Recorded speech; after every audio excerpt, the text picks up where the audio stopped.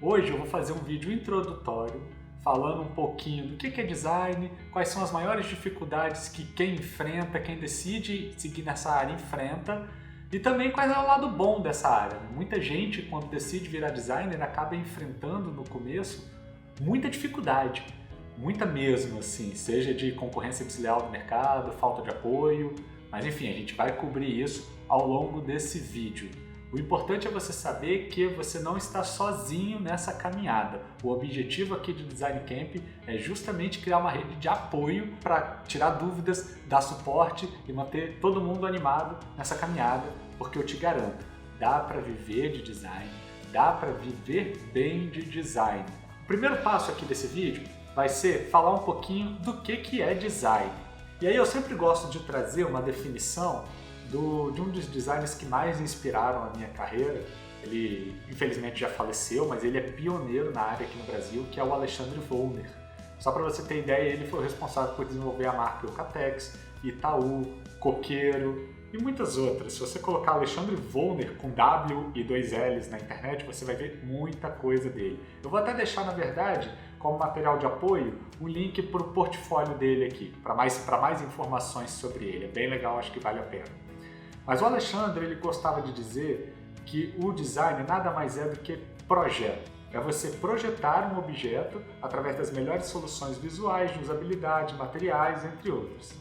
Isso, na verdade, é um tema bem polêmico, assim, de uma discussão bem polêmica no mercado e principalmente no meio acadêmico. Essa definição do que é design, ela pode ser muito abrangente, ela pode ter várias vertentes e não é o foco aqui desse vídeo no momento. Eu, particularmente, prefiro ficar com a ideia de que o design é uma busca por criar soluções se utilizando de determinados apetrechos, como tipografia, fotografia, ilustração, elementos gráficos e materiais que expressem a personalidade do cliente e que façam ele se conectar com seus potenciais consumidores, permanecendo na memória deles, mas também criando um significado para aquele produto. Mas isso também é algo que eu vou deixar aqui junto do material de apoio, eu vou deixar um livrozinho que eu gostei muito de ler, eu vou deixar ele aqui junto do material de apoio, que se eventualmente você tiver oportunidade, tiver interesse, tiver tempo, para querer conhecer um pouquinho mais sobre isso, sobre essa parte teórica do design, vale a pena a leitura, tá bom? Mas ok, você decidiu trabalhar com design, né? E aí você pode ter decidido trabalhar com design de marcas, de repente você decidiu ser web designer, você decidiu ser um designer de aplicativos, enfim, vocês vão ver que a área de atuação para o design de produto, design de ambiente, de sinalização, vocês vão ver que a área de atuação para o design ela é gigantesca, né? Então você decidiu entrar por isso. Só que o problema é que no começo, quando a gente ouve falar de design, que a gente pesquisa um pouco, que desperta esse interesse, a verdade é que tudo é muito confuso ainda. É muito confuso para a gente e é muito confuso também para todo mundo, porque em via de regra, e aí vamos ser honestos por aqui, as pessoas enxergam o design como fazer alguma coisa bonitinha, um hobby, brincar no computador, e até por conta disso, no começo é muito difícil cobrar, as pessoas não enxergam valor naquilo. Então, ou normalmente elas pedem de graça, ou elas querem sugerir um preço absurdamente incompatível com o trabalho que elas estão pedindo. Você vai dizer para mim que você não conhece nenhum caso de um designer iniciante ou até mesmo já mais estabelecido que está mexendo no computador e aí o pai, a mãe, o amigo, a esposa, o marido, enfim, quem quer que seja, não deu um gritão lá da sala ou de qualquer outro lugar falando: e aí, você vai ficar brincando aí no computador o dia inteiro ou você vai vir me ajudar, ou você vai fazer alguma coisa útil, ou você vai arrumar um emprego? Isso é muito comum, porque o design ele é difícil das pessoas entenderem. E quando isso acontece, quando as pessoas não conseguem entender alguma coisa, qual que é normalmente o caminho que elas percorrem? Elas não apoiam a decisão. Pelo fato delas não entenderem, delas não conseguirem tornar isso algo palpável, delas não verem uma aplicação prática nisso ou uma utilidade pública nisso, elas normalmente tendem a te sugerir procurar outra coisa. Mas qual que é o problema disso? É toda a insegurança que ela gera. A gente precisa ser honesto aqui e dizer que é muito mais fácil você percorrer um caminho árduo quando tem alguém te dando apoio do que quando tem alguém falando volta, volta, volta, porque você não vai conseguir. No design, isso acontece. Talvez Hoje, um pouco menos, porque o termo se popularizou muito. Hoje, design não é mais uma palavra estranha, porque grandes empresas ajudaram a demonstrar a importância do design na sociedade, como Apple, como Coca-Cola e tantas outras que a gente conhece. Mas eu acredito que, em via de regra, todo mundo que opta por trabalhar na área do design vai ter dificuldades de apoio no começo, sim, a não ser que seja uma decisão compartilhada. E qual que é a solução que normalmente a gente arruma para resolver isso logo no começo, né? É mostrar trabalho. Eu lembro que a minha avó, ela sempre perguntava o que eu fazia, como é que estava o trabalho, como é que estavam as coisas. Apesar dela ter uma veia artística, e com isso eu quero dizer que ela, vamos dizer assim, ela era mais mente aberta, bem forte, ela simplesmente não conseguia entender o que eu fazia. Ela perguntava: meu neto, o que você faz? E eu falava: eu sou designer. E aí o que eu recebi em troca era só aquele olhar vazio e eu: e tá tudo bem lá no seu trabalho? Tá tudo bem no escritório? Mas assim, é o que exatamente que você faz? Eu faço marca. Ou então eu faço peça gráfica. Vó, tá vendo essa caixa de bombom aqui? Isso aqui fui eu que fiz. Que legal, então você faz caixa de bombom. Não. E isso é um problema que todo mundo enfrenta. O que acontece? Normalmente quando a gente está no início da carreira, a gente acaba tendo mais demanda por um tipo de serviço. Porque é o primeiro tipo de serviço que aparece, você acaba recebendo indicações por esse tipo de serviço e de repente você se vê fazendo só esse tipo de serviço. Por exemplo, cartão de visita. Você passa a ser conhecido como o cara do cartão de visita. Ou caixinhas para um chá revelação, você passa a ser conhecido como o cara das caixinhas. Ou quem sabe o panfleto, você passa a ser reconhecido como o cara do panfleto, o panfleteiro.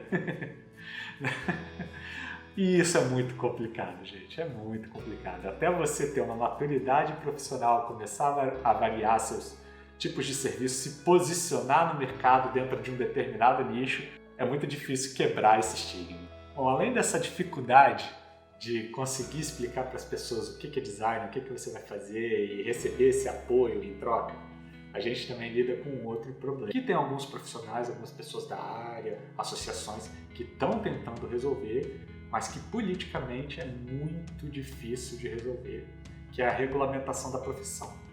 O design, assim como a publicidade, a fotografia, eles não são profissões regulamentadas, eles não possuem um conselho, eles não possuem uma obrigatoriedade prévia para a execução da profissão. Por exemplo, no caso do advogado, ele tem a OAB, no caso da contabilidade, você precisa ser formado, da medicina, você precisa fazer especialização ali além da faculdade. O design não tem isso. E aí isso gera realmente um problema sério no mercado, que é a quantidade absurda de pessoas, muitas vezes despreparadas, oferecendo soluções dentro da profissão. O fato do design não ser uma profissão regulamentada, que exige esses pré-requisitos para você exercer, muita gente acha que para você praticar o design, basicamente o que você precisa é só de um computador e de uma boa ideia, ou ter um conhecimentozinho de cor, saber mexer em Corel, saber mexer em Illustrator e tal. Isso acaba gerando uma inundação de profissionais despreparados no mercado, entregando projetos de baixíssima qualidade, cobrando um preço irreal, que não tem como nenhum profissional sério competir, mas também prejudicando a profissão como um todo. Porque se nem o cara sabe direito o que ele está fazendo, ele faz porque ele ganha R$50 aqui, R$20 ali, R$30 no final do mês, e no final do mês ele consegue R$500 para ele, tá bom? Como é que o cliente desse cara vai valorizar o que ele está fazendo? Para o cliente desse cara, design nada mais é do que entregar uma marquinha a R$50, do que entregar um post a R$15. O cliente desse cara, ele não enxerga o valor do design. E aí eu não estou dizendo que você tem que competir com esse tipo de cliente, mas às vezes você vai cruzar, ou na maioria das vezes você vai cruzar muito mais com esse tipo de cliente do que com os clientes bons. A gente vai ter um vídeo específico de clientes mais para frente, tá? Não é o caso hoje. Mas uma das estratégias para você conseguir melhorar a sua situação dentro do design é saber escolher os clientes, é saber onde você vai divulgar o seu trabalho, para quem que você vai e para quem que você vai dar atenção também. Essa questão da profissão não ser regulamentada, ela pode gerar dificuldade no começo sim. quando você ainda não tem um portfólio de clientes, não tem um portfólio de peças, infelizmente a tendência é que você fique nesse limbo ali entre profissionais que estão começando a se destacar e profissionais que não são profissionais, na verdade, amadores. Pode ser que aconteça de você ainda ficar meio perdido nesse limbo, até você criar uma maturidade maior, começar a saber falar não e se posicionar. E aí, parte de você se posicionar como um profissional de verdade é você começar a apresentar resultados constantes e concisos dos projetos nos quais você participou. Aí isso acaba sendo uma particularidade até um pouco injusta da nossa área, né? Eu acho que todos os profissionais, em via de regra, eles são julgados pelo trabalho deles, mas pouquíssimos profissionais são tão pré-julgados pelo trabalho como o design. A gente não vê advogado precisando fazer portfólio de caso, a gente não vê médico precisando fazer portfólio de atendimentos de operação, a gente não vê contador fazendo portfólio de empresas atendidas.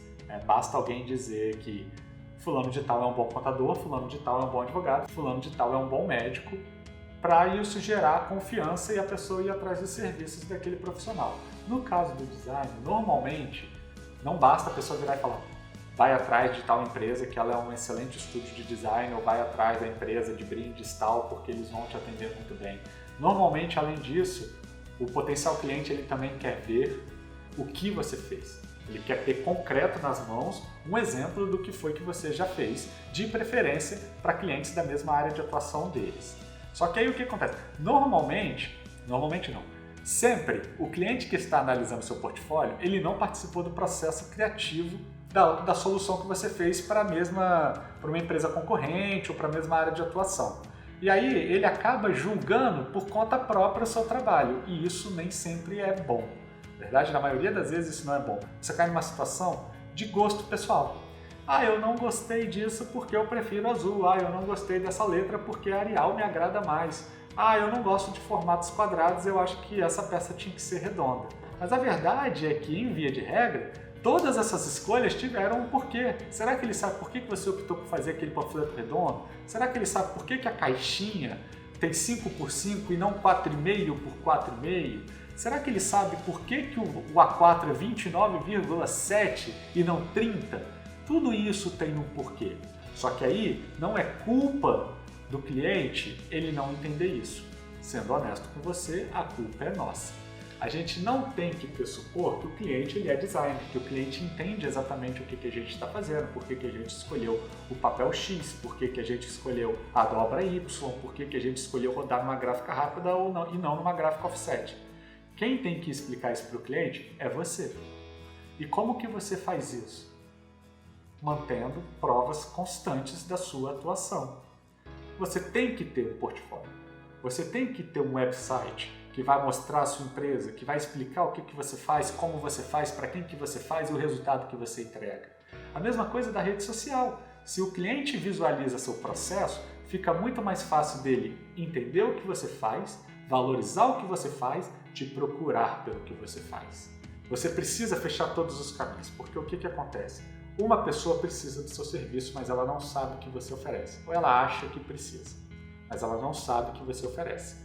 Ela vai na internet procurar ou ela vai pedir uma indicação. Pedir uma indicação, ninguém sabe indicar, ela vai para a internet. Na internet, ela pode te encontrar no seu portfólio digital, por exemplo, o Behance, nas redes sociais, por exemplo, Facebook, Instagram, TikTok, ou o que mais você deseja, YouTube, ou no seu website. Só que o que acontece quando a pessoa entra no seu website ou entra num ponto de contato desse da sua marca? Você precisa explicar para ela o que você está fazendo, você precisa alimentar essa expectativa dela. Você precisa entregar uma solução para o problema que ela está precisando resolver. Então vamos dizer que eu e minha esposa estamos esperando um bebê e aí a gente está procurando alguém que faça os itens personalizados para o nosso chá revelação. Quando eu colocar chá revelação, vai aparecer lá o estúdio de design ou a empresa de brindes, qualquer coisa assim. Bom, gostei, achei bacana, eu vou clicar nesse site. Entrei no site e tem lá chá revelação do Bernardo, chá revelação da Maria, chá revelação do João. Cliquei. Não basta apenas você colocar a foto. Você tem que explicar qual que era a situação, a condição, por que você escolheu aqueles materiais, por que daquelas cores. Tinha um tema, não tinha um tema? Por que foi papel craft e não papel couché? Por que você usou fita de cetim e não gorgurão? Isso é legal. Olha, gente, a gente seguiu esse tema, a gente seguiu essa especificação. Os pais tinham esse problema que precisava ser resolvido dessa forma. O chá revelação ia ser de manhã com o sol na frente, o chá revelação ia ser no fim de tarde com a iluminação baixa e tal. Tudo isso você vai pensar. Por quê? Para você poder valorizar o seu projeto, para você dizer para a pessoa que teve alguém pensando muito na melhor solução para aquele problema que ela tinha. E uma vez que o seu cliente potencial entende isso, ele vai valorizar você. E aí ele vai te procurar porque ele quer você para fazer e não porque ele quer preço. Esse é o ponto máximo. É aí que a gente quer chegar. O cliente tem que querer você para fazer o trabalho dele. Ele não tem que querer fazer o trabalho dele por R$1.000 e ele vai atrás de alguém que vai cobrar R$1.000. Ele tem que querer fazer o trabalho com você. Por isso é tão importante você investir na sua divulgação, você investir na sua capacitação, você investir nos seus pontos de contato com o cliente. Mas principalmente você deixar claro que tudo ali teve um porquê. Porque grava isso que eu estou falando. Isso é muito importante, grava isso que eu estou falando. Se toda vez que um cliente te contrariar, faltarem argumentos da sua parte para você defender o projeto, você sempre vai ter que se contentar com eu não gostei. Não vai ter motivo nenhum, o cliente só vai falar isso para você. Eu não gostei. Eu vou te sugerir, pessoalmente, que você escute um podcast que foi uma das experiências mais enriquecedoras / traumáticas que eu tive desde que eu comecei a exercer a profissão. É o podcast 13 Marcas. Ele conta a vez em que eu cheguei a desenvolver 13 marcas diferentes para o mesmo cliente. Eu listo todos os erros que eu cometi, mas também os aprendizados que eu tive ao longo do processo para finalmente conseguir a aprovação na 13ª marca e, o mais importante, evitar que isso acontecesse novamente. Nunca mais acontecer. É importante lembrar que cada pessoa tem a sua interpretação própria, cada pessoa lê a informação de uma maneira. Então, se você não quiser ser subvalorizado, mal entendido, ou que o cliente te procure por algo que você não oferece, cabe a você deixar isso claro para ele. Tá? Esse é um outro ponto. A gente estava falando lá atrás sobre as pessoas não entenderem direito o que o design faz, familiar, etc. Quanto mais você tiver isso claro para você e você mostrar isso para as pessoas, menos você vai receber a pergunta: o que você faz? O que é design? Mas vem cá, você é o cara da caixinha. Menos você vai passar por essas situações. Entendeu? Então cabe a você ter claro o que você faz e depois deixar isso claro para as outras pessoas. Mas vamos deixar as notícias ruins, né, de lado. Eu aposto que nesse momento você deve estar quase pausando o vídeo, baixando a cabeça e procurando uma outra área de atuação. E não é por aí, não é isso que eu quero que você faça, de maneira nenhuma.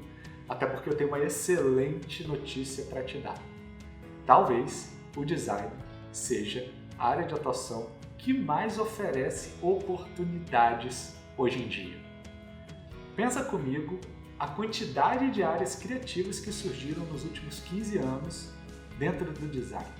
Há 15 anos atrás a gente não tinha um designer para aplicativo, a gente não tinha um designer para objetos 3D, a gente não tinha um designer para realidade aumentada.